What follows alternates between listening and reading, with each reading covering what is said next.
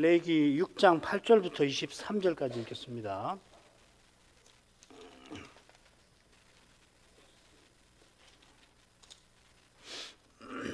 여호와께서 모세에게 일러 가라사대 아론과 그 자손에게 명하여 이르라. 번제의 규례는 이러하니라. 번제물은 단 윗 석쇠 위에 아침까지 두고 단의 불로 그 위에서 꺼지지 않게 할 것이요. 제사장은 세마포 긴 옷을 입고 세마포 고이로 하체를 가리우고 단 위에서 탄 번제 재를 가져다가 단 곁에 두고 그 옷을 벗고 다른 옷을 입고 그 재를 진 바깥 정결한 곳으로 가져갈 것이요. 단 위에 불은 항상 피워 꺼지지 않게 할지니 제사장은 아침마다 나무를 그 위에 태우고 번제물을 그 위에 버려놓고 화목제의 기름을 그 위에 살을 찌며 불은 끊이지 않고 단 위에 피워 꺼지지 않게 할지니라. 소제의 규례는 이러하니라. 아론의 자손은 그것을 단 앞 여호와 앞에 드리되 그 소제의 고운 기름 가루 한 움큼과 소제물 위에 유향을 다 취하여 기념물로 단 위에 불살라 여호와 앞에 향기로운 냄새가 되게 하고 그 나머지는 아론과 그 자손이 먹되 누룩을 넣지 말고 거룩한 곳 회막 둘에서 먹을지니라. 그것에 누룩을 넣어 굽지 말라. 이는 나의 화제 중에서 내가 그들에게 주어 그 소득이 되게 하는 것이라. 속죄제와 속건제 같이 지극히 거룩한즉 무릇 아론 자손의 남자는 이를 먹을지니 이는 여호와의 화제 중에서 그들의 대대로 영원한 소득이 됨이라. 이를 만지는 자마다 거룩하리라. 여호와께서 모세에게 일러 가라사대 아론과 그 자손이 기름 부음을 받는 날에 여호와께 드릴 예물은 이러하니라. 고운 가루 에바 10분 이를 항상 드리는 소제물로 삼아 그 절반은 아침에 절반은 저녁에 드리되 그것을 기름으로 반죽하여 번철에 굽고 기름에 적시하다가 썰어서 소제로 여호와께 드려 향기로운 냄새가 되게 하라. 이 소제는 아론의 자손 중 기름 부음을 받고 그를 이어 제사장 된 자가 드릴 것이요 영원한 규례로 여호와께 온전히 불사를 것이니 무릇 제사장의 소제물은 온전히 불사르고 먹지 말지니라. 우리말 성경은 다른 현대역과 마찬가지로 거의 그런데 제사장을 위한 번제 규례가 레위기 6장 8절부터 시작이 되죠. 히브리 성경은 여기서부터 6장 1절이 시작됩니다. 이건 그렇게 중요한 주제는 아닙니다만은 히브리 성경 장절 구분이 좀 더 낫다 여겨집니다. 아무튼 여기서부터 제사장을 위한 제사 규례가 나옵니다. 제사장을 위한 제사 규례는 여호와께서 모세에게 일러 가라사대 이렇게 시작되는데 이 6장 8절부터 7장 마지막까지의 5번이 나옵니다. 이 표현이 백성을 위한 제사 규례에서는 3번 나왔죠. 절수로 보자면은 제사장을 위한 규례는 약 60절, 제가 정한지 모르겠는데 한 60절 정도 되는 거 되고요. 백성을 위한 규례는 2배에 가까운 110절인데 여호와께서 모세에게 일러 가라사대에는 제사장을 위한 규례 오히려 많이 나옵니다. 이 규례가 그만큼 중요하다 하는 뜻일 겁니다. 이 표현이 5번 나오는데 다루는 제사 규례도 역시 5입니다. 번제 규례, 소제 규례, 속죄제 규례, 속건제 규례, 그리고 화목제 규례. 자, 그런데 5가지 규례가 이 표현으로 다 시작되는 건 아니에요. 두 번째로 이 표현이 나오는 곳은 어디냐면 소제 규례의 처음에 나오는 것이 아니라 이 가운데쯤 나옵니다. 오늘 거기까지 살핀다는데 소제 중에 아론과 그 자손이 기름 부음 받는 날 임직식 날에 드리는 소제 규정 앞에다 여호와께서 모세에게 가라사대가 나옵니다. 그리고 아울러 넷째와 다섯째로 여호와께서 모세에게 가라사대 이 표현은 화목제 규례의 처음에 넷째가 나오는 게 아니라 넷째와 다섯째 모두 이 화목제 규례 가운데 나옵니다. 게다가 5번째 이 표현도 그들에게 기름 부은 날에 행할 일을 다룹니다. 이게 기름 부은 날 드리는 제사가 위임제인데 이 위임제가 바로 8장에 이어져 나올 겁니다.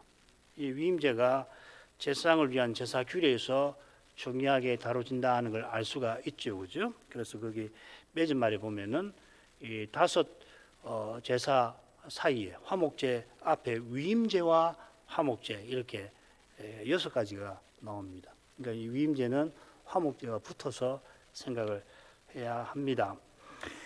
여호와께서 모세에게 일러 가라사대에 비추어서 이 제사장을 위한 제사 규례를 살피는 것이 사실은 좋을 것 같아요.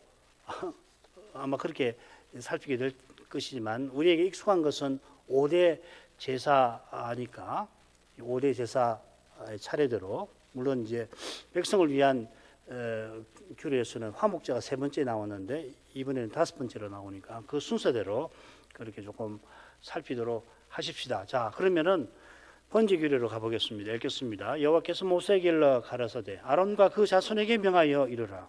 번제 규례는 이러하니라. 번제물은 단 윗 석쇠 위에 아침까지 두고 단의 불로 그 위에서 꺼지지 않게 할 것이요. 제사장은 세마포 긴 옷을 입고 세마포 고위로 하체를 가리우고 단 위에서 탄 번제의 재를 가져다가 단 곁에 두고 그 옷을 벗고 다른 옷을 입고 그 재를 짐 바깥 정결한 곳으로 가져갈 것이요. 단 위에 불은 항상 피어 꺼지지 않게 할지니 제사장은 아침마다 나무를 그 위에 태우고 번제물을 그 위에 버려놓고 화목제의 기름을 그 위에 살을 찌며 불은 끊이지 않고 단 위에 피어 꺼지지 않게 할지니라. 빨리 읽었는데 이 제사장을 위한 번제 규례의 핵심 내용이 이 불은 꺼지지 않고 여기에 요약되어 있습니다. 이 표현을 끊이지 않을 불 혹은 영원한 불 혹은 지속할 불 뭐 여러 가지로 번역이 가능한데 그렇게 새길 수 있습니다. 백성을 위한 번제 규례는 제사 드리는 제물과 그 절차를 주로 다뤘죠, 그죠? 그 절차가 3번, 적어도 3번, 비둘기까지 4번이나 나왔는데 제사장을 위한 번제 규례는 번제단의 영원한 불에 관해서 집중해서 다룹니다. 이 불은 아론 대제사장이 처음 제사 드리는 날에 등장할 겁니다. 레위기 9장 끝에 나오죠. 물론 그날 아론의 2 아들이 다른 불을 담아 분향하려다가 이 불에 삼킨 바 되는 불행한 사건이 나오죠, 그죠? 요컨대 이 사건들을 염두에 두고서 이 제사장을 위한 번제 규례의 내용도 살펴야 할 겁니다. 여호와께서 모세에게 이르신 말씀은 아론과 그 자손에게 명하신 바입니다. 백성을 위한 번제는 백성이 드릴 번제의 절차를 설명했는데 절차 중에서 백성이 직접 참여하는 과정도 있고 제물 가져오는 거, 안수하는 거, 또 심지어 제물을 죽이는 과정까지가 그 과정인데 제사장과 레인이 맞는 다른 절차도 백성이 반드시 알아야 합니다. 그래서 여호와께서 내 소유로 특별한 소유로 삼으신 뜻을 이 번제를 통해서 깨닫게 될 겁니다. 반면에 제사장을 위한 번제 규례는 제사장이 맡는 이 중요한 일을 설명하고 있습니다. 그 일은 말씀드린 대로 이 번제단 위에 불에 관한 건데요. 이 도입부는 8절부터 9절 상반절까지 아론에게 명하여 이르라 하는 것이고요. 그 다음 9절 하반절에 보면 번제물을 아침까지 두어 단의 불이 꺼지지 않게 하라. 그리고 10절 11절은 이 제사장이 번제단의 그 죄를 처리하는 절차가 나와 있습니다. 그리고 12절 13절은 역시 번제단 불을 항상 피워 끄지지 말게 하라 하는 겁니다. 자, 그러면은 9절로 가보십시다. 9절 하반절. 먼저 번제물은 단 윗 석쇠 위에 아침까지 두라 명하십니다. 아침까지 두라. 밤을 지나서 이 밤이라는 번역은 빠져 있습니다. 온 밤을 지나 아침까지 두어라 이렇게 되어 있는데요. 이건 저녁 번제를 가리키는 거죠. 잘 아시는 대로 성막에서 제사장은 날마다 아침과 저녁으로 번제를 드립니다. 상번제입니다.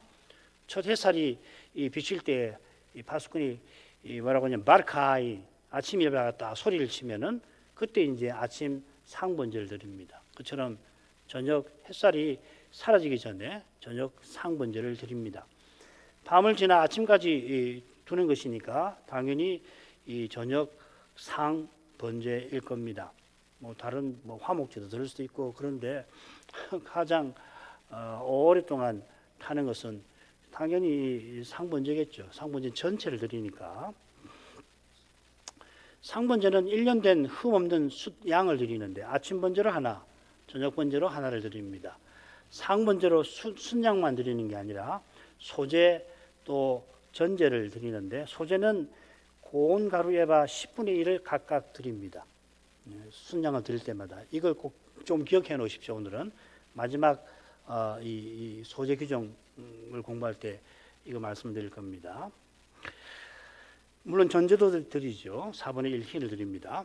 아침까지 두라 하는 명령은 결국 무슨 말이냐면 단의 불이 그 위에서 꺼지지 않게 하라 하는 겁니다. 이 번제 단 화력에 따라서 가죽을 제외한 순양 그리고 소재물이 연기로 바뀌는 시간이 정해질 것 같은데 참고로 이 번제단은 길이와 너비가 5규빗입니다. 그러면 대략 2.5m라고 생각하시면 됩니다. 이 한 규빗을 45에서 50cm로 잡으니까 높이는 3규빗입니다. 그러면 1.5m 가량 되겠죠.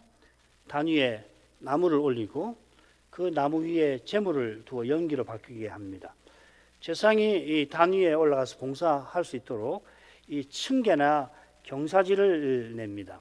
에스겔서의 규정을 생각하면 이 동쪽에, 그러니까 동쪽이란 말은 문이 동쪽 아니에요, 그죠? 이 성막 문을 들어가면 그쪽으로 이제 이 경사지나 계단을 만들어 가지고 그쪽으로 올라가도록 그렇게 되어 있습니다. 이 번제단이 가운데 있고 문이 뒤쪽이라면은 여기 이쪽으로 이렇게 경사지를 이렇게 쭉 만든다는 거죠. 여러분 그 인터넷에 제가 어제 가면 조회 보니까 그 경사지를 마음대로 그려놨는데 에스겔서를 참고하면 동쪽에 문 앞쪽으로 이렇게 경사지가 나와 있다. 그렇게 보시는 게 맞을 것 같아요. 그것이 왜냐하면 하나님을 향하는 것인 거죠. 그러니까 동편에서 서편으로 올라가게 되는 거죠. 아무튼 이 저녁 번제를 단 위에 올리고 아침까지 불이 꺼지지 않도록 제사장은 살펴야 합니다. 아침 번제 드릴 시간이 되기 전에 제사장이 해야 할 일이 있는데 세마포 긴 옷을 입고 뭐 늘 그러기지만은 이 세마포 고기를 속옷이죠. 속옷을 바지를 입고서 하체를 가리운 상태에서 단 위에 그 재를 제거하는 일을 처리하는 일을 해야 합니다. 세마포 속옷을 입어서 하체를 가리라 하는 것은 단 위에 하체를 하체가 드러나지 말라는 규정, 이 출애굽기 20장 26절 규정에 따른 겁니다. 자, 그런데 이 출애굽기 20장에 하체를 드러낸다는 표현이 이 레위기 18장에 나와요. 건진 상간을 가리키는데 그 중에 이 몰래 우상 숭배도 있죠. 그래서 단 위에 하체를 드러낸다는 것은 우상 숭배와 맞먹는 그런 가정한 일임을 암시합니다. 자, 그런데 이 레위기 6장 10절에서 이 하체라는 말은 출애굽기와 레위기 18장의 그 하체와 다른 말입니다. 육이라는 말, 바사르라는 말, 육이라고 하는 말입니다. 이 육이 드러나는 것이 부정이라고 말씀을 드렸죠, 그죠? 부정한 상태로 거룩한 곳에 오르지 말라 하는 겁니다. 여호와의 거룩하심을 침해하지 말라 하는 뜻입니다. 제사장이 단 위에 가서 이 경사지로 올라가지고 혹은 청계로 올라가가지고 먼저 탄 번제의 이 재를 단 곁에 둡니다. 레위기 1장 16절을 참조하면 동편 쪽에 동서남북이잖아요. 사면이 있는데 동편면으로 재를 옮깁니다. 그래야 그걸 가지고 나가기 쉽지 않겠습니까? 이 표현을 번역하면 그런데 그 불이 번제를 삼킨 그 재라고 되어 있습니다. 이 불이 번제당 위에 꺼지지 않는 불인데 처음에 영광구름에서 나왔다고 말씀을 드렸죠. 바로 이어서 영광구름에서 다시 불이 나와서 삼켰는데 그때는 아론의 두 아들을 삼켰습니다. 아론이 드린 제물을 삼킨 것하고 아론의 두 아들을 삼킨 것이 그 의미에서는 서로 상반될 겁니다. 이 삼킨다고 이 새긴 말이 흔히 먹는다 하는 말입니다. 이런 뜻이 이 상반된 의미를 가진 두 경우를 어떻게 아우를 수 있는지 여전히 잘 모르겠어요. 생각을 많이 했는데 아직도 제가 마음의 결론을 내리지 못했습니다. 우선 이 불이 영광 구름에서 나온 것은 하나님의 거룩한 임재를 가리킬 겁니다. 하나님께서 그리스도 안에서 거룩한 사랑을 드러내시지만은 그리스도를 떠나서는 거룩한 이 의미를 드러내시는 것을 가리키는 것 같습니다. 단 위에서 죄를 바깥으로 가져가려면은 제사장의 세마포 긴 옷을 벗고 다른 옷, 평상복을 입어야 합니다.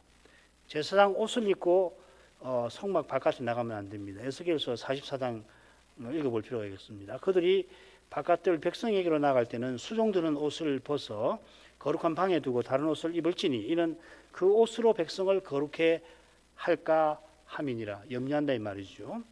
제사장 옷을 입고 나갔다가 백성이 그 옷을 만지게 되면 그가 거룩하게 됩니다. 고의로 만지면은 바로 죽여서 하나님께 드려버려야 하죠. 그런데 모르고서 접촉을 하면은 그때 속건제를 들어서 속된 상태로 회복을 시켜주시는 거죠. 그죠? 죄는 진 바깥 정결한 곳으로 가정합니다. 죄도 영광불을 영광불이 통과하고 남은 것이긴 합니다만은 저주를 상징하는 먼지와 같은 것이라 그러는지 검은 노철과 달리 성소에 쓰지 않고 진 바깥에 버리라 하십니다. 버리는데 진 바깥 부정한 곳이 아니라 정한 곳에 버립니다. 그런데 그곳에 죄가 또 하나 있죠. 암송아지의 죄입니다. 그 죄를 보관하게 되어 있습니다. 이 죄는 시신 접촉을 해서 부정하게 된 사람을 정결하게 하는 물을 만드는데 쓰는 것이죠. 민수기 19장에 나옵니다. 이 배경 아시죠? 그죠? 바로 앞에 이게 18장, 19장에 법령이 나오는데 16, 17장에 고라 사건이 나오잖아요. 고라 사건 때 매우 많은 백성이 죽어서 시신이 되지 않습니까? 수만 명이 시신이 되는 그 사건하고 연결해서 이 특별한 규정을 만들어 주신 거거든요. 암송아지 죄를 두어서 부득불 그 시신을 처리해야 되니까 수많은 사람이 부정하게 되는데 그들을 위해서 암송아지 죄를 사용해서 정결케 하도록 하신 겁니다. 자, 이 죄가 히브리서에 나옵니다. 황소와 염소와 항소의 피와 더불어서 구약 백성을 정결케 하여 제사에 나아가게 하는 것이다. 히브리서에 나옵니다.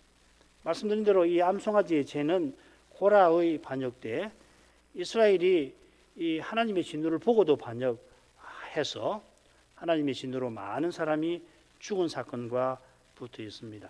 언약 백성을 상징하는 암송아지, 수송아지 아닙니다. 암송아지에게 해름 심판을 내리시고 불로 전소해 버리시고 그 죄로 만든 물을 통해서 시신 접촉으로 부정한 많은 백성을 정결케 해 주셨습니다. 그런데 번제단에서 제사 드린 제물의 죄는 거기에 쓰지 않습니다. 왜 그러냐면 그 제물의 피로 백성을 정결케 하고 향기로운 냄새로 그 백성을 성결케 하니까 그런 것입니다. 그래서 이 죄는 부정한 곳이 아니라 정결한 곳에 버리게 하신 것 같습니다. 자, 그 다음으로 가죠. 다시 이 번제단 위에 불을 항상 피우라는 명령이 나오는데 이번에는 아침마다 제사장이 번제단 위에 나무를 태우라 하신 겁니다. 앞서는 9절 하반절은 저녁 상번제와 관련된 것이라면 이번에는 아침 상번제와 관련된 것이겠죠. 아침 번제를 드리기 전에 나무를 먼저 번제단 위에 태워서 번제단 불이 꺼지지 않게 하라 하시는 겁니다.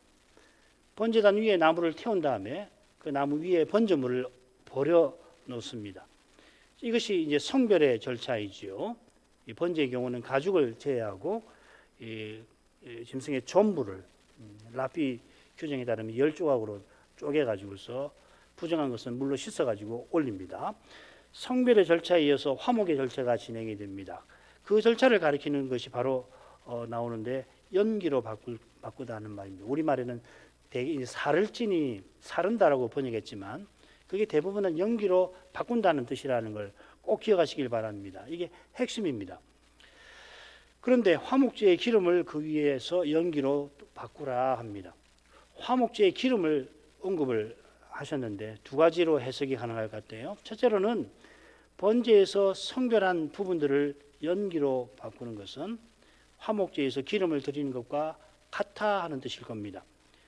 번제는 성별의 절차를, 그리고 화목제는 화목의 절차를 자세하게 갖고 있습니다. 화목의 절차에서 가장 중요한 것이 연기로 바꾸는 겁니다. 기름이 많은 연기로 바뀌고 그 연기가 영광 구름 속으로 올라가는 데서 제사 드린 사람이 하나님과 화목하는 뜻이 잘 드러납니다. 자, 둘째로는 화목제의 기름을 번제물을 드린 다음에 연기로 바꾸라 하는 것으로 본다면 이는 언약을 새롭게 한다는 뜻일 겁니다. 왜 그러냐면 언약을 세우거나 언약을 새롭게 할 때에 번제와 화목제를 드려서 그렇습니다. 13절 다시 이 번제단의 불을 계속 피우라고 합니다. 그런데 여기 불은 끄지 않고 이렇게 새긴 표현은 영속할 불 혹은 영원한 불 혹은 이 지속할 불로 번역할 수가 있습니다. 그렇게 번역한 것이 뭐냐면 상번제라는 말입니다. 이 올라트 타미드라는 말인데 올라트라는 말은 이 번제라는 말이고 이 상에 항상 상자를 새긴 게 타미드입니다. 그래서 이 타미드 올라트가 아니라 올라트 타미드 뒤에 붙는 말입니다. 그래서 날마다 오전과 오후에 항상 드리는 번제라는 뜻으로 새겼고 이 다행인데 우리나라 사전에 이 상번제는 올라가 있습니다. 사실 다행이라고 생각하는데 그런데 불행히도 이 타미드가 나오는 이 다른 용어들은 번역이 정착이 되지 않아서 그걸 좀 설명을 드리려고 합니다. 끊이지 않을 불도 이 타미드가 쓰였습니다. 그래서 끊이지 않을 불, 애쉬 타미드, 번제단 위에 불이고요. 상번제, 또 항상 드리는 소제, 민하 타미드라는 말입니다. 항상 드리는 소제라고 번역이 좀 몇 가지가 있습니다. 그 다음에 또 이제 항상 드리는 것이 있는데 성소의 그 새 기구와 관련해서 진설병을 항상 드려야 되죠. 그래서 항상 진설하는 떡, 렉햄 타미드라고 하고요. 그 다음에 등대도 끊이면 안 되잖아요. 기름을 계속 공급해야 되는데 역시 거기도 타미드라고 되어 있습니다. 넬 타미드, 넬은 등대라는 말이고요. 타미드는 항상 상자에 해당되는 말입니다. 향도 그렇게 해야 됩니다. 케토렛 타미드. 그 외에도 두 가지가 더 있습니다. 대지상이 이마에 늘 차는 그 패, 여호와께 성결이라고 적혀 있는 그 패도 이 타미드라는 말이 쓰였고요. 그 다음에 에봇 위에 그 판결 흉패가 있는데 그 판결 흉패도 타미드라고 되어 있습니다. 특별히 이 판결 흉패는 어떻게 번역이 됐냐면 영원한 기념을 삼을 것이라 이렇게 번역을 해놨습니다. 이 타미드를 이렇게 번역해 놨어요. 영원한 기념이라는 이 표현에서 이 타미드의 의미를 짐작할 수 있습니다. 그 의미는 뭐 언약의 영원함을 말하는 거죠.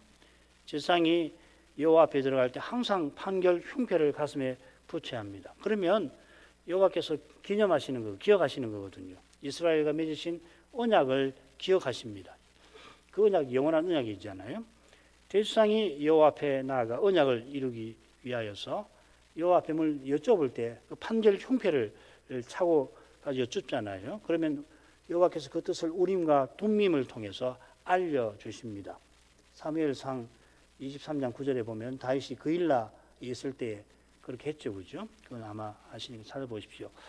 그처럼 여호와께서 성소와 번제단에서 제사장이 늘 끊이지 않고 행하는 여러 가지 섬김, 번제나 소제, 또 진설병에 그 등대에 불을 피우는 거, 진설병에 떡을 진설하는 거, 등대에 불을 피우는 거, 향단에서 이 분향하는 거, 이런 봉사를 통해서 언약 백성이 여호와께 가까이 오게 하십니다. 이스라엘이 여호와를 가까이 할 때 여호와께서 친히 그들을 가나안으로 궁극적으로는 저 하늘로 이끄시는 겁니다. 이게 언약의 영원함을 가리키는 거죠. 자, 이런 언약의 핵심 내용이 이 번제의 규례에 담겨 있습니다. 영광 구름에서 나온 그 불이 늘 피어 있는 단, 그 단을 그냥 단이라고 하지 않고 또 번제 단이라고 하는 거죠. 그 번제는 이스라엘을 자기 소유로 삼으신 것을 가리킵니다. 자, 그런 정도로 하고 그 다음으로 넘어가죠. 이 제사를 위한 소재 규례가 둘이 나오는데 크게 둘로 보십시다. 제사장이 드리는 이 지속할 소재 혹은 영속할 소재의 규정이 14절부터 18절까지고요. 그 다음에 임직식날 드리는 지속할 소재의 규정이 나옵니다. 날마다 드리는 소재와 구별되는 임직식날 드리는 그러나 임직식 때마다 드려야 할 이 소재에 관한 규정 둘로 나누어져 있다 하는 겁니다. 그리고 이 임직식날을 드리는 이 소재 규정 앞에 여호와께서 모세에게 일러 가라사대가 나옵니다. 자, 그러면은 제사장이 이 날마다 드리는 그 소재, 지속할 소재 규정을 보십시다. 드리는 절차가 먼저 나오고요. 그 다음에 남은 부분을 먹는 절차가 나오는데 먼저 14, 15절로 가십시다. 드리는 절차부터 보십시다. 소재의 규례는 이러하니라. 아론의 자손은 그것을 다 납 여호와 앞에 들이되 그 소재의 고운 기름 가루 한 움큼과 소재물 위에 유향을 다 취하여 기념물로 단 위에 불살라 여호와 앞에 향기로운 냄새가 되게 하고, 이 소재는 상번제와 함께 드리는 소재입니다. 아론의 자손은 그것을 드리되 하신 데에서 이게 그 소재임을 알 수 있습니다. 백성이 드리는 소재는 누구든지 네핏이라고 그랬죠, 그죠? 누구든지 소재 예물을 드리려거든 이렇게 되어 있습니다. 여기서는 아론의 자손이 드리는 거다. 상번제와 함께 드리는 소재다 하는 겁니다. 단합 여호와 앞에 드린다 하는 것은 여호와 앞에 가까이 가지고 온다 이 말이죠. 이어 제사장은 고운 기름 가루 한 움큼과 유향 전부를 취합니다. 이 고운 기름 가루란 말은 기름 섞은 가루, 뭐 물이든지 불로 요리하지 않고 섞어 놓은 거라는 거죠. 이것도 좀 기억하십시오. 조금 후에 설명을 좀 드릴 일이 있습니다. 이건 여호와께 성별한 부분이죠. 한 움큼하고 유향, 이 성별한 부분을 기념물로 연기로 바꿉니다. 기념물은 여호와께서 언약을 기억하게 하시는 것이다 이 말이죠. 이것은 항상 드리는 소재라는 표현과도 붙어 있습니다. 항상 드리는 소재 혹은 지속할 소재에 상번제처럼 언약의 영원함이 표현되어 있는 겁니다. 상번제가 존재 전부를 드리는 거라면 이 항상 드리는 소재, 지속할 소재는 삶 전부를 드리는 겁니다. 그리스도께서 이 번제와 소재에 이런 뜻을 이루셨죠. 히브리서 10장 또 요한복음 4장 34절이 그렇습니다. 그래서 그분 안에서 우리도 우리 몸을 거룩한 산제물로 드리라 하셨습니다. 하나님이 이 제물을 우리를 기쁘게 받아주십니다. 그리스도를 늘 가까이 하듯이 그리스도 안에서 우리를 가까이 하시는 겁니다. 이것이 향기로운 냄새에 담겨있는 뜻이죠. 그리스도께서 십자가에서 향기로운 냄새가 되셨는데 그분 안에서 하나님 우리를 이렇게 기뻐하시는 겁니다. 그 다음에 남은 부분을 먹는 절차가 나오는데요. 그 나머지는 아론과 그 자손이 먹되 누룩을 넣지 말고 거룩한 곳 회막들에서 먹을지나 그지니라. 그것에 누룩을 넣어 굽지 말라. 이는 나의 화제 중에서 내가 그들에게 주어 그 소득이 되게 하는 것이라. 소제와 속죄제와 속건제 같이 지극히 거룩한즉 이 무릇 아론의 자손이 남자가 이를 먹을지니 이는 여호와의 화제 중에서 그들의 대대로 영원한 소득이 됨이라. 이를 만지는 자마다 거룩하리라. 제가 이어 나오는 줄거리를 고려해서 꺼내서 읽었습니다. 이 5부분으로 나누어집니다. 첫 번째는 이 누룩을 넣지 말고 거룩한 곳에서 먹어라 하는 거고요. 두 번째는 이 소득이 된다. 대대로 소득이 되는 것이다. 세 번째는 지극히 거룩한 것이다. 그 다음에 네 번째도 역시 소득이 되는 거다. 다섯 번째도 거룩함 이렇게 되죠, 그죠? 첫 번째, 세 번째, 다섯 번째가 이 거룩한 것이다. 혹은 지극히 거룩한 것이다 하는 거고요. 그 다음에 두 번째, 네 번째는 이것이 그들에게 소득 분깃이 된다 하는 겁니다. 한 움큼을 제한 고운 가루, 기름 가루는 아론과 그 자손이 먹습니다. 백성을 위한 소재 규정에 보면은 그 소재에 남은 것을 아론과 그 자손에게 돌리라 하는 규정이 역시 나오죠. 아론과 그 자손은 소재의 나머지를 누룩을 넣지 말고 거룩한 곳 회막들에서 먹어야 합니다. 소재 드릴 때에 꿀과 특별히 누룩을 넣지 말라 하는 규정이 있는데 그걸 제사장이 먹을 때도 그 규정을 지켜야 한다는 겁니다. 소재 드릴 때에 누룩을 넣지 말라 하신 뜻을 우리가 살폈죠. 특별히 이집트에서 건져주셔서 언약 맺어주신 그 뜻을 깨닫게 하신 거죠.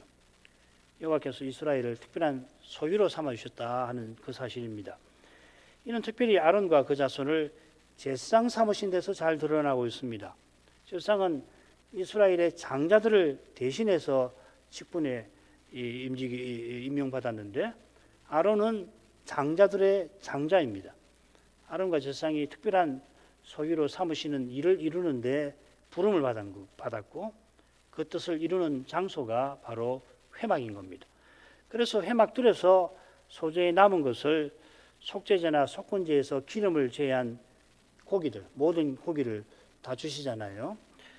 그 고기와 함께 제사장과 그 자손이 먹게 하셨습니다. 회막들에서 먹는 것은 지극히 거룩합니다. 이건 뭐냐면 뭐와 관계되냐면 화목제 음식을 진해서 먹는 것하고 관련됩니다. 화목제 음식도 성물이죠. 거룩한 것인데 이 정결한 진중에서 먹으니까 그냥 거룩한 것이고요. 거제로 드리는 11조를 가지고서 제사장이 음식을 만들어 먹으면 역시 거룩한 거죠. 그래서 그 외부인이 그걸 먹으면 모르고 먹으면은 속건제 드려야 되지 않습니까? 그런데 성막들에서 먹는 것은 지극히 거룩하다 하시는 겁니다. 자, 이것은 이를 만지는 자마다 거룩하리라 하는 규정과도 연결됩니다. 제사장은 거룩한 사람이라 소재에 남은 것, 거룩한 것을 만지더라도 여호와의 거룩하심을 침해하지 않습니다. 오히려 제사장은 지극히 거룩한 것을 먹음으로써 그 직무를 더욱 받들 수가 있게 하신 겁니다. 여호와께서 돌려주신 뜻을 깨닫게 하실 때에 그 뜻이 뭐냐면 오실 메시아를 바라보라는 거 아닙니까? 그게 응식의 의미이거든요. 영원한 대제사장을 바라보면서 자신이 맡은 이 직무를 감당할 능력을 얻는 겁니다. 레위기 10장 17절이 도움이 될 겁니다. 이 속죄제 희생은 너희로 회중의 죄를 담당하여 그들을 위하여 여호와 앞에 속하게 하려고 너에게 주신 것이다. 속죄제 그 기름을 제외하고 나머지 고기는 제사장에게 주어 먹으라고 하셨는데 왜 그렇게 하라고 하시냐면 그 맡은 직무, 죄를 속하는 직무를 잘하게 하려고 주신 거다. 그 말이죠. 소재도 마찬가지입니다. 자, 이는 또한 여호와의 화제 중에서 그들의 대대로 영원한 소득이 됨이나 하는 말씀과도 붙어 있습니다. 여기는 이 소득이라고 되어 있는데 다른 곳에서는 응식이라고도 번역이 되어 있고 또 분깃이라고도 되어 있는데요. 17절에도 소득이 나오죠. 이 17절의 소득은 18절과 다른 낱말입니다. 17절의 낱말은 화제 중에서 주시는 몫이라고 새기는 게 좋을 겁니다. 이 다른 성경 다른 데서 보면 이 몫이거든요. 자, 우선 이 소득이나 몫은 화제 중에서 주시는 겁니다. 이 화제는 여호와께 드리는 음식 제사지요. 여호와께서 제사를 받으시고 한 움큼을 제외하고는 제사장에게 돌려 주십니다. 그거는 직접 태워서 연기를 바꾸라고 하시고 나머지는 돌려 주십니다.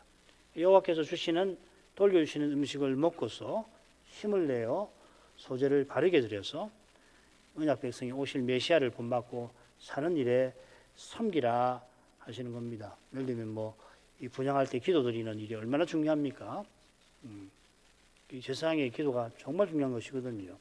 우리가 오늘날 대제사장의 기도 덕분에 오늘도 이렇게 교회로 신자로 살아가는 거 아닙니까? 이 구약 시대 같으면 제사장이 이 번제 드리고 분양할 때에 그 일을 하는 것이거든요. 기도가 그렇게 중요한 것입니다. 네, 마지막 부분 아죠. 19절부터 23절 여호와께서 모세에게 일러 가라사대 아론과 그 자손이 기름 부음을 받는 날에 여호와께 이 드릴 예물은 이러하니라. 고운 가루에가 10분 1을 항상 드리는 소제물로 삼아 그 절반은 아침에 그 절반은 저녁에 드리되 그것을 기름으로 반죽하여 번철에 굽고 기름에 적셔다가 썰어서 소제로 여호와께 드릴 향기로운 냄새가 되게 하라. 이 소제는 아론의 자손 중 기름 부음을 받고 그를 이어 제사장 된 자가 드릴 것이요 영원한 규례로 여호와께 온전히 불사를 것이니 먹는 거 하나 돌려주시는 거 하나도 없는 겁니다. 무릇 제사장의 소제물은 온전히 사르고 먹지 말지니라. 자, 이 부분은 여호와께서 모세에게 이르시는 중요한 규정입니다. 이 특별한 일과 관련되어서 그렇습니다. 그 일이 뭐냐면 이 아론과 그 자손이 기름 부음 받는 거, 임직되는 그 일입니다. 제사장을 위한 제사 규례가 7장까지죠. 그리고 이 임직식 이 8장에 그 절차가 나옵니다. 자, 이걸 보면 제사장을 위한 제사 규례가 백성을 위한 규례에 이어서 별도로 나온 이 의도를 우리가 짐작할 수가 있죠, 그죠? 임직식과 관련된 내용들이다 하는 것이죠. 자, 임직식 때 드리는 제사가 네 가지입니다. 그날에 여호와께 드릴 예물은 이러하니라 해서 이것만 드리는 게 아니라 이건 임직식과 결론부터 말씀드리죠. 지금 이 규정은 임직식에서 드리는 제사와 구별되는 겁니다. 마치 이 상번제에 이어서 드리는 소제물과 같이 드리는 소제. 그래서 여기 보면은 항상 드리는 소제물이라고 그랬죠, 그죠? 이 항상 드리는 소제가 뭐냐면 날마다 상번제 드릴 때 함께 드리는 소제라는 말인데 그 소제와 구별되는 소제입니다. 그러니까 임직식 때 드리는 네 가지 제사, 번제, 그 다음에 소제, 속제제, 화목제. 특별히 이 임직식 때 드리는 소제는 화목식과 붙어 있어요. 그래서 요제 기억나시죠? 요제로 먼저 드린 다음에 불사르게 되어 있거든요. 요제의 뒷다리와 함께 드려서 드리는 거죠. 그러니까 그것과는 다른 내용입니다. 그리고 임직식은 7일 동안 진행되는데 이 네 제사를 매일 한 번 드립니다. 그리고 이 네 가지 제사 중에 번제는 먹을 수 없고요. 이 화목제, 속제제도 먹을 수 없어요. 그거는 제사장을 위한 속죄제니까 임직식 때 드린 속죄제도 먹을 수 없습니다. 그런데 화목제의 고기하고 화목제 요제로 드린 소제물은 제사장이 먹도록 하셨거든요. 7일 동안 이 임직식을 하는데 그날 그 7일 동안은 성막 밖에 못 나갑니다. 성막 안에서 먹고 자고 해야 되거든요. 그 음식으로 주신 거거든요. 반면에 지금 살피는 소제는 모두 하나님께 연기로 바꿔드리고 하루 아침 저녁에 두 번 드리는 거죠. 그래서 항상 드리는 소제물로 삼아드리라 했습니다. 그런데 말씀드린 대로 이 소제물은 상번제에 이어서 함께 드리는 소제와는 또 다릅니다. 상번제와 함께 드리는 이 소제, 지속할 소제라고 부릅시다. 그건 순양 하나에 에바 10분의 1, 고운 가루 10분의 1을 드린다고 되어 있잖아요. 그죠? 이것은 10분의 1을 반씩 나눠가지고 아침에 한 번, 그다음 저녁에 한 번. 이 분량도 다릅니다. 그리고 상번제와 함께 드리는 지속할 소제는 나머지를 제사장이 먹도록 하셨는데 이것은 먹어서 안 되는 거죠. 다 드리는 겁니다. 이걸 굳이 말하면 대제사장을 위한 지속할 소제라 제목을 붙일 수가 있습니다. 이 소제는 대제사장이 되는 그날에 드리는 특별한 소제입니다. 임직식 때 드리는 소제하고도 구별이 되는 겁니다. 자, 그 다음에 이 내용이 사실 더 중요한데 사실은 아론이 대제사장으로 임직되는 그날에 이 대제사장의 소제는 누가 드리냐면 모세가 드립니다. 그래서 21절에 우리말에는 주어가 잘 밝혀져 있지 않지만은 21절에 누구 보고 드리라고 하냐면 모세입니다. 영어 성경 보시면 you라고 되어 있을 겁니다. 모세 네가 드리라고 되어 있습니다. 그래서 번제의 규례와 달리 모세가 아론과 그 제사장에게 명하라 이런 내용이 안 나오죠, 그렇죠? 물론 임직식 제사도 이 모세가 드리는 거죠, 그렇죠? 모세가 번제나 속죄제나 화목제 고기 그 짐승을 죽이고 피를 처리하고 그 다음에 성별해서 단 위에 올리는 거 다 모세가 합니다. 대제사장을 위한 이 지속할 소제는 상번제와 함께 드리는 소제와 달리 전부를 연기로 바꾸어 드립니다. 이 특별한 규정은 대제사장이 누구보다 오실 메시아를 본받아서 존재와 삶 전체를 여호와께 드리고 살아야 한다는 것을 교훈하는 것 같습니다. 한 가지 빠뜨렸는데 모세도 아론이 죽은 다음에는 어떻게 하느냐? 대제사장이 이 소제를 드린다 이렇게 되어 있는데요. 두 가지를 생각할 수 있습니다. 만일에 선임 대제사장이 죽지 않았으면은 그 선임 대제사장이 이 후임 대제사장을 위해서 들었을 것 같고, 선임 대제사장이 죽은 후라면은 대제사장이 혼자잖아요. 신임 대제사장만 살아 있으니까 그 대제사장이 이 특별한 지속할 소재를 들었을 것 같습니다. 이만큼 하십시다. 굉장히 복잡한 내용인데 기도할 제목 읽겠습니다. 제사장을 위한 번제 규례와 소제 규례는 오실 메시아의 십자가와 순종의 삶을 가리킵니다. 번제나 소제는 영원한 규례라 했는데 이는 여호와께서 언약을 영원히 이루실 것을 가리킵니다. 옛 언약은 모세와 이스라엘과 아론 제사장의 연약함 때문에 변경되어야 합니다만은 멜기세덱 반차를 조천 대제사장은 영원한 아들이시지만 고난으로 말미암아 순종함을 배워서 온전하게 되셨습니다. 이는 자기를 순종하는 우리 모두에게 영원한 구원의 근원이 되신 것이다. 히브리서는 교훈합니다. 그리스도께서 주님을 바라는 우리를 위하여 지금 간구하고 계시므로 아버지께서 그 기도를 받아서 우리를 영원한 구원에 이르게 하십니다. 간구하시는 그리스도께서 우리 구원의 주로서 그 일을 이루고 계시는 겁니다. 그리스도의 십자가와 순종의 삶은 그리스도께서 우리 구원의 주로서 틀림없이 우리를 아버지의 영광에 들어가게 하실 것을 넉넉히 보여줍니다. 이게 우리가 이 복음서와 서신을 공부하는 날마다 거기서 강설, 매주일마다 강설한 이유이기도 합니다. 이런 복음이 전해지고 받아지는 거기서 그리스도를 본받는 삶과 그리스도를 드러내는 세계가 드러날 것입니다. 이런 은혜를 오늘도 우리가 구하도록 하겠습니다. 신학교와 신학생을 위해서 기도하겠습니다. 기도하겠습니다. 거룩하신 아버지, 오늘은 저희가 제사장을 위한 상번제와 또 지속할 소재에 관한 규례를 살폈습니다. 오늘날 교회는 이런 제사를 드리지 않고 또 그럴 필요도 없는데 그리스도께서 항상 드리는 번제와 소제의 규례를 십자가와 순종의 삶으로 다 이루신 덕분입니다. 매일 제사장이 아침과 저녁으로 번제와 소제를 드려야 했던 것은 이스라엘이 이 제사들을 통하여 여호와를 가까이 하게 하려 하심이었습니다. 제사장이 백성을 대표하여 제사를 드리게 하셨는데 이는 오실 메시아를 보내실 그 사실을 가리켰습니다. 제사장이 백성 중에서 세움받았지만 그들 스스로는 백성과 다름없이 스스로 하나님 앞에 나올 수 없는 죄인이었습니다.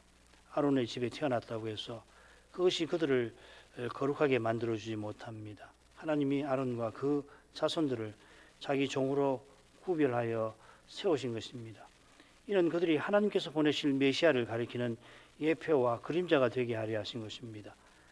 그들이 하나님을 향하는 일에 봉사함으로써 하나님을 향하는 그 길을 하나님께서 친히 내신다는 것을 백성들로 일깨우게 하신 것입니다. 특별히 그 자신이 죄인이라 자신을 위하여 속죄제를 드려야 했습니다. 그처럼 아론이 기름 부음 받던 날에 4가지 제사를 드리게 하셨는데 이 제사를 아론이 한 것이 아니라 모세가 담당하게 하셨습니다. 제사장이 속죄제를 드릴 때에 드리는 백성이 제물을 끌고 가까이 가지고 와서 제물에 안수하도록 하신 것처럼 아론의 임직에도 아론이 제물을 가까이 가져와서 제물에 안수하도록 하시고 이어지는 순서는 모세가 제사장으로서 맡게 하셨습니다.